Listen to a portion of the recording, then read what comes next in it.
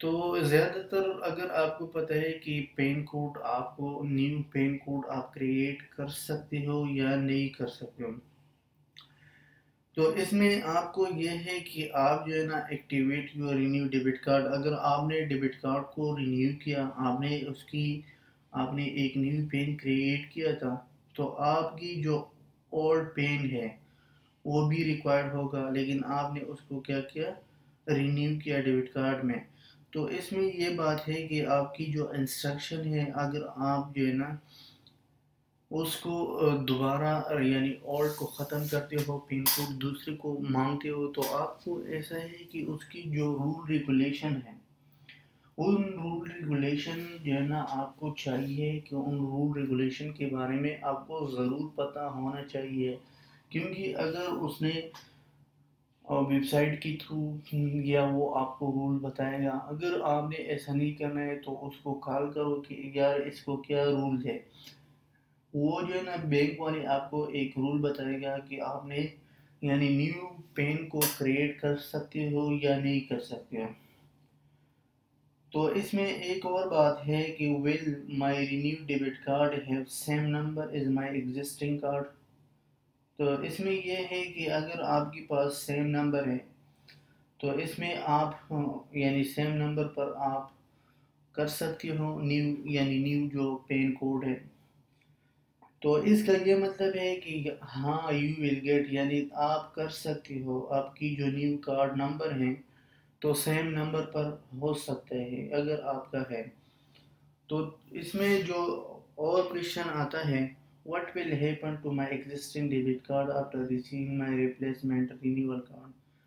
تو اس کا یہ مطلب ہے کہ اگر آپ کا کارڈ کا جو ریپلیسمنٹ ہو گیا تو وہ جو ہے نا آپ کا کیا ہوگا. تو اس میں یہ ہوگا کہ آپ نے جو اولڈ دے دیا وہ آپ سے آپشن دے دے گا کہ اولڈ پین کارڈ کیا ہے اور نیو کیا ہے.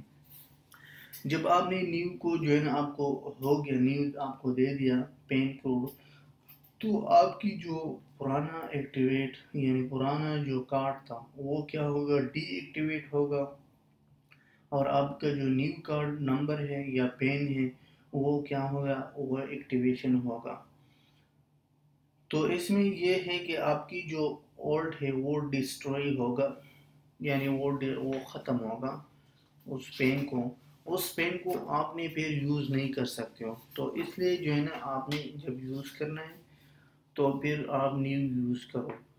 تو اس میں ایک اور کویشچن آتا ہے are there any limits on use my debit card.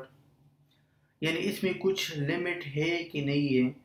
اگر آپ نے لمٹ کے بارے میں پتہ نہیں ہے تو اس کی جو ہے نا ڈیلی جو ہے نا پرچیز کی جو ہے نا لمٹ ہے پرچیزنگ کی، اور آئی ٹی ایم کی بھی لمٹ ہے. ایسا نہیں ہے کہ آپ نے 50 اکاؤنٹ کو جو ہے نا کھولنا ہے اور آپ کہتے ہو کہ میں 1,00,000 درہم یعنی اس سے وڈرا کرتا ہوں. تو اس طرح نہیں ہے. اس نے اپنا بینک نے اپنا رول ریگولیشن بتا دیا، ویب سائٹ پر بھی آپ دیکھ سکتے ہو. اگر ویب سائٹس میں نہیں ہے تو آپ اس کے جو ہے نا ادھر جاؤ یا بینک میں جاؤ، ادھر سے بھی وہ آپ کو بتائے گا کہ 25,000 درہم سے آپ زیادہ نہیں کر سکتے ہو. تو اس کی مختلف پیکیج ہوگا، وہ پیکیج آپ کو بتاتا ہے. تو اس میں بات ایسا ہے کہ اگر آپ کے پاس کوئی نزدیک یعنی بینک ہے تو آپ ادھر سے جاؤ، اس کی جو ٹرمز اینڈ کنڈیشن ہے ان ٹرمز اینڈ کنڈیشن اس سے پوچھو کہ یار یہ کیا مسئلہ ہے. تو اس میں اور کویشچن آتا ہے will my debit card purchases appear on my account statement. یعنی آپ کی جو ڈیبٹ کارڈ ہے اس کی جو پرچیزز ہے وہ اپیئر ہوگا آپ کی اکاؤنٹ کی اسٹیٹمنٹ. تو اس میں یہ ہے کہ اگر آپ نے جب ٹرانزیکشن کیا تھا آپ کی اکاؤنٹ کی اسٹیٹمنٹ کو، یا آپ نے کوئی ڈپازٹ کیا تھا، تو اس میں آپ کی جو چیکس ہے، چیکس میں بھی آپ اس کو دے سکتے ہو. آئی ٹی ایم کی جو وڈرا ہے یا ادر ٹرانزیکشن ہے، ٹرانزیکشن کی جو سٹیٹمنٹ ہے وہ کیا کرتا ہے، ہیلپ کرتے اور منیج کرتے آپ کی اکاؤنٹ کی جو بیلنس ہے اس کو کیا کرتے ہیں، منیج کرتا ہے، یعنی ایک ترتیب دیتا ہے. تو آپ نے اس میں کچھ کویشچن تھا، وہ کویشچنس میں نے بتا دیا، کیونکہ یہ زیادہ تر لوگ اس کو اگنور کرتا ہے، لیکن بعد میں یہ آپ کو بہت زیادہ مسئلہ کریٹ کرتا ہے۔ تو اس لیے جو ہے نا ڈیبٹ کارڈ کے بارے میں تھوڑا انفارمیشن تھا اور کریڈٹ کارڈ کے بارے میں۔